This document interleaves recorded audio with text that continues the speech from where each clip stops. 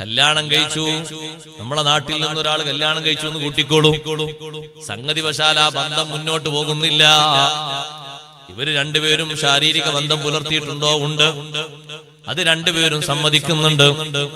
പക്ഷേ ഭർത്താവിന്റെ കുടുംബം പറയുന്നു, ഞങ്ങൾ 20 പവനാണ് മഹർ കൊടുത്തത്, 1 ഗ്രാമും കുറയാതെ തന്നാലേ ത്വലാഖിന് സമ്മതിക്കൂ.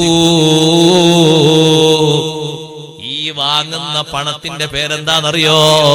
ഹറാമാണ്.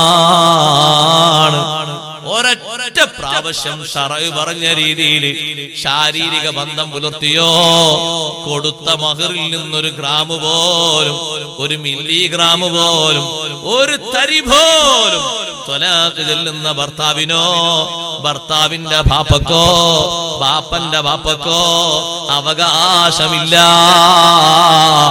ചോദിക്കാൻ പറ്റൂല. കടുത്ത തെറ്റാകുന്നു. ഒപ്പുവെക്കണമെങ്കിൽ അത് തന്നേ പറ്റൂന്നാ പറയുന്നത്. ഉപദേശിക്കുന്ന ഉസ്താദിനോട് പറയുന്നു, ഹറാമൊന്നും ഞങ്ങൾക്ക് നോക്കണ്ടേയില്ല.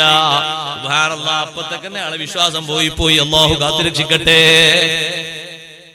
നമ്മളൊക്കെ കുടുങ്ങിയ ഘട്ടങ്ങൾ എത്ര നമ്മളിങ്ങനെ ആലോചിച്ചു പോയി. പഠിച്ചോനെ, എങ്ങനെയാണ് കിതാബിലൊക്കെ പറയലുണ്ട് ഹറാമിനെ ഹലാലായി കാണാൻ?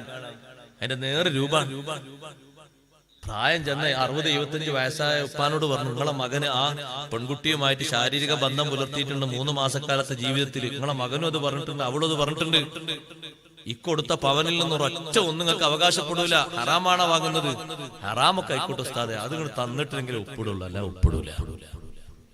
അങ്ങനെ ഉണ്ടാവസ്ഥ. ആ കുട്ടിക്ക് വേറൊരു വിവാഹം ചെയ്യണ്ടേ?